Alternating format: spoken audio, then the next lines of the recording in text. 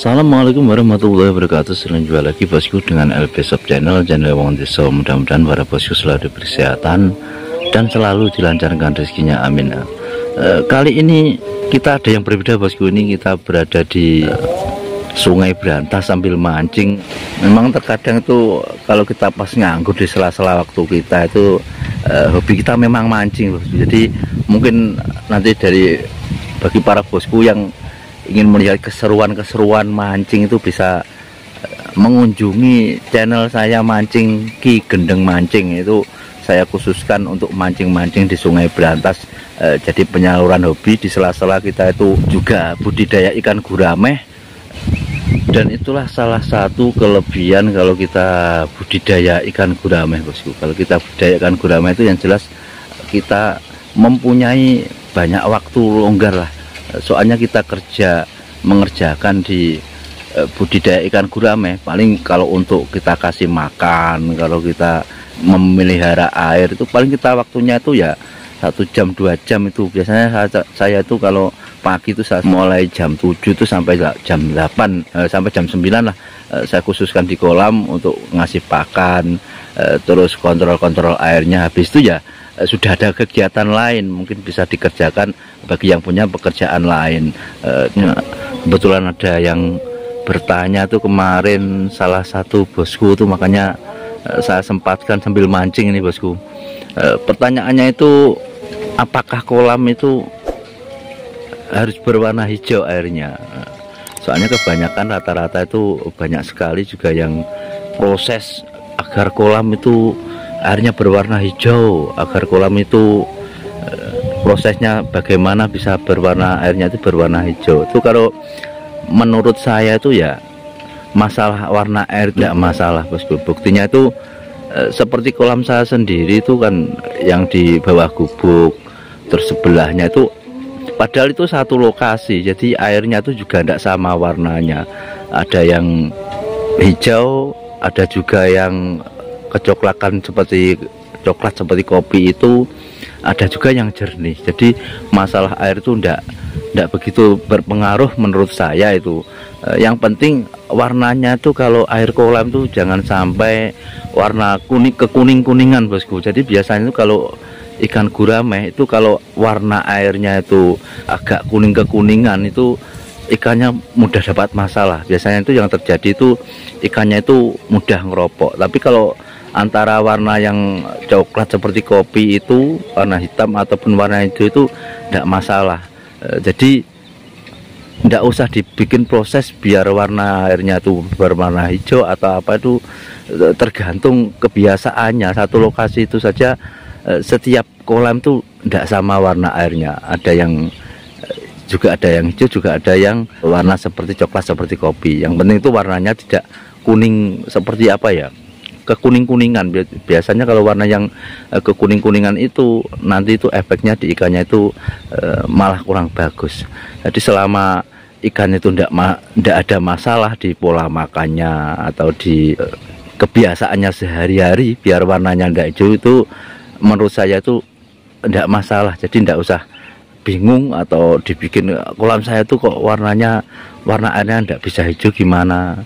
Ya memang itu biasanya proses seperti itu. Kalau kolam saya itu kan tidak saya buat, memang ada yang warna hijau, ada yang warnanya itu seperti warna coklat. Terus lagi kopi. Ada yang bertanya masalah busa, katanya itu kolamnya itu atas atau banyak busanya bosku. Kalau biasanya itu kalau kolam itu banyak busanya yang di atas itu air yang di bawah itu sudah kotor bosku. Gejalanya itu terkadang posisinya itu di sebelah kanan kiri itu ada pohonnya, dan di dasaran kolam itu sudah banyak daun yang berjatuhan. Itu buihnya itu biasanya itu naik ke atas. Itu yang jelas kalau dibiarkan biasanya ya berpengaruh pada pola makan ikannya. Kalau sudah baunya itu tidak enak sama sekali, itu ya ikan nantinya itu makannya akan terganggu. Makanya kalau posisi seperti itu ya mending dibersihkan bagian bawah. Kalau kolam yang model kolam atas seperti kolam-kolam saya dan kolam-kolam teman yang terpal itu kan tinggal membuka buangan yang bawah nanti sambil digerojok, jadi dikeluarkan air yang bawah itu paling ya tiap hari 1 jam sambil dijalankan penambahan airnya itu nanti sudah dengan tersendirinya itu polusi yang di bawah itu sudah bersih bosku. Jadi kalau memang tidak mau sipon bisa dengan cara seperti itu, tapi kalau dengan cara yang seperti itu biasanya itu kayak daun-daun itu tidak bisa ngikut. Kalau memang banyak daunnya biasanya saya daunnya itu saya ambil dengan ciruk itu, nanti diambil sedikit-sedikit di bawah. Habis itu kalau daunnya itu sudah tidak ada itu nanti biasanya buih yang naik ke atas itu sudah nggak ada lagi. Tapi kalau di bawahnya itu banyak daunnya ya seperti itu. Kalau memang tidak membersihkan dengan cara dibuang air bawah bertahap tiap hari itu lama-lama nanti juga akan hilang. Atau memang kalau bisa dibuang dengan kontrol yang atas. Jadi kalau di atas tuh kontrol di dalam kolam bosku. Biasanya kalau umpamanya air meluap itu kan yang keluar tuh air yang atas itu biasanya kontrol tuh berada di dalam kolam. Nah, tapi kalau kontrol yang di luar kolam biasanya itu pembuangannya itu diarahkan ke dasaran kolam. Cara membersihkannya biasanya seperti itu, nanti digerojok, terus air yang atas itu kan keluar, buih itu biasanya ikut ke dalam pembuangan air itu. Tapi yang bagusnya lagi ya mending, kalau saya buih yang di atas itu tidak begitu masalah, tapi yang jadi masalah itu yang jelas polusi yang di dalam air itu nanti yang akan menjadi pengaruh pada pola makannya ikan juga kesehatannya. Terus hal-hal yang akan mungkin terjadi itu kalau biasanya itu kalau yang air kekuning-kuningan itu bosku, ikannya itu nanti mudah ngeropok. Ngeropok itu kemarin itu ada yang bertanya ngeropok itu apa toh?